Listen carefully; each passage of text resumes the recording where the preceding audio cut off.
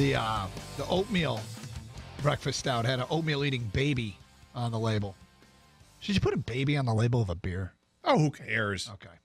That change was made after the Michigan Liquor Commission. And I'm reading this from Credit the Free Press for the story. Change was made after the Michigan Liquor Commission investigator discovered that the label wasn't registered with the state, despite the beer having been sold on shelves for about a decade. So they replaced it with just a picture of an oatmeal bowl. But they paid the fine, and now the baby's back on the label. But I kind of feel like the Mounties, man, made a bit of a PR mistake here. You got your Mountie on the label of a beer? Own it. Of course, then I guess everybody, if you let that one fly, everybody's going to use their image and their likeness. I'm looking at the breakfast stout logo right now. With the baby and the beer? Yeah. And the bowl? Mm-hmm. And the baby and the beer. Here's the part where I take offense to it. Take offense to what? Offense to the label. It's as if to intimate that only babies eat oatmeal. I like oatmeal. Okay. You like oatmeal? I like oatmeal. We're not babies. No. We're grown-ass men. But you take offense to it? Jokingly saying I'm offended that they only think that babies. Yeah. See, the joke is that I'm not offended that there is a baby on a beer label, but it's that the baby represents those that eat oatmeal. Gotcha. But no, I don't care that there's a baby on the logo. It's all tongue in cheek, and I think we take ourselves way too seriously at times. Somebody just sent us, by the way, a link. Who sent? I got to give credit where credit's due. This is so funny. Andrew Busam, B-U-S-A-M, Busam. Anyway, he links a story. Andrew, thank you. Headline: Pistons trade Spencer Dinwiddie to Bulls for Cameron Bairstow. Was that what the trade was? Yeah. Straight up. Cameron Bairstow, who's been out of the league since 2016. So, there it is. Was he a Piston for about 10 seconds? You know what? I don't think he ever played a game for the Pistons, but hold on. I'll have to look that up. Well, they're probably trimming away salary so they can make a big splash of free agency, right? Is that what it was? Cap move? Cap move. Because their second-round pick, Dinwiddie, was making too much money? Yeah. Dude, we're going to look back. We're going to look back at the Stan Van Gundy era and go, what the hell?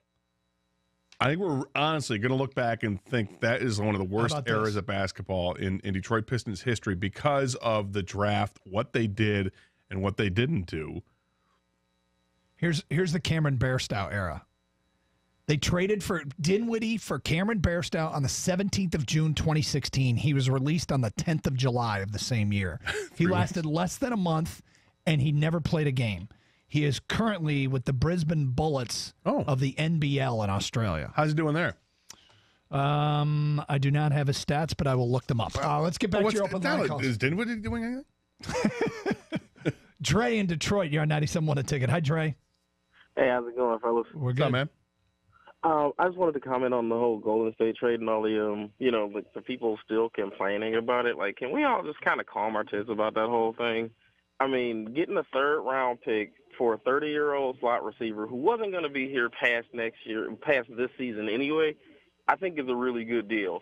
I mean, like they said, if the reports are true, they said he wanted market value. Like, what would market value be for Golden Tate? Somewhere between $10 and $13 million a year? Like, what GM in their right mind spends that much money on a slot receiver? Well, Dre, it's probably not about bringing him back. It's about a belief that this team had a chance in this division. But they didn't. Okay, but if you thought they did, you wouldn't want to weaken your position. So it's less. I mean, you bring up the point that they shouldn't have re-signed him, and I'm with you on that. But at the end of the day, I don't think there's one person that says they don't approve of this trade that also didn't think that they were a contender. I mean, you had to think that they could win this division before this would upset you. I mean, I suppose that, that's a way that it could be looked at, but at the same time, it's just like I said. I mean, it would have been a really expensive venture to re-sign him. And quit with the re-signing. It's not about re-signing. It's about thinking they can win the division. Yeah, I mean, I suppose you got a point there, but I mean, we have other receivers. I mean, Galladay's good. There are other players that can be put in that slot position. I mean, are we going to get the same production we got from Tate? No, but I mean, at the same time, it's like I mean, what do you either want this guy, you either want Quinn to improve the team or you don't. Well, He's making moves that he believes are improving the team. Without a doubt. I mean, it's a long-term play, but,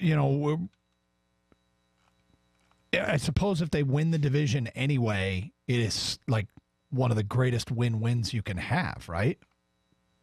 If they win the division anyway? That'd be a huge win-win. And remember this, the belief that they win the division isn't necessarily a belief that the Lions are particularly good. It's that the division might be particularly bad. 248-539-9797. Ticket text 97136. The only way his approval rating isn't the only reason his approval rating isn't 100% is because he didn't ship Tabor for a Subway gift card. That's from Rob. Oh. We did an approval rating for Bob Quinn on the Twitter today. And it is, last I saw, it was up to 86%. Yeah, it's still at 86% with over 1,000 votes. I'm optimistic because I think he's shown the ability to hit some good picks in the second and third round, so I trust him. I trust him with the pick he gained. Golden wasn't getting you W's, nor does he have the ability to create W's out of an L. Only one dude on this team can. We know who that is. Glover knows that room better than anyone outside of it. Shipping out a vocal veteran leader puts that room on notice and hedges for the future. It's a great move. It's great value. 248-539-9797. Ticket text 97136. Coming up today at 11:35, an NFL player did this. Have you ever done anything like this as well? By the way, we were talking about beer earlier and the Canadian Breakfast Stout losing the Mountie off its label. The Founders, the very popular beer that comes out tomorrow. Did you see what the beer did yesterday at the Red Sox parade? I heard about it. I didn't see the pictures, but I heard. Somebody chucked a beer up to one of the players who was in the car, I guess, with the trophy. Yeah. And the World Series trophy is actually quite cool. It's got a bunch of the flags with the pennants and everything up there, and I guess it damaged one of the pennants or a couple of them where it bent them a little bit. So it broke them off. Oh, it broke them off completely? Completely broke them off. Oh, boy. Yeah, so picture this. Player holding the trophy, and each of the flags has like the logo or the name of each of the teams in Major League Baseball. And a beer gets launched at the at the player who's presumably supposed to catch it. And instead, it hits the trophy, snaps off about 3 or 4 flags, and bends the rest. So, damage done to the World Series trophy by a beer can. The video's out there. You can easily Google it, and maybe we should retweet it. But I'd feel terrible if I was the person that was, tossing a beer up to, hey, Porcello. I don't know why I said Porcello, but let's throw it up to one of the players there, and they're not ready for it. It just totally ruins the trophy. It's a great trophy.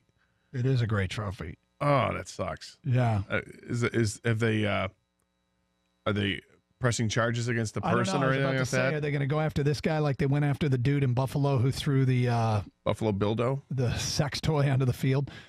When you see the video, there's a player that's kind of behind the trophy, and whoever throws the beer is trying to throw it sort of, I guess, over the trophy.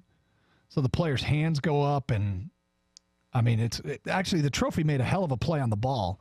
Didn't interfere at all. Got a PBU. Trophy got a pass breakup for that. It's great. It's baseball, though. That's unfortunate. Yeah. Did you hear about the Boston fan leaving Los Angeles?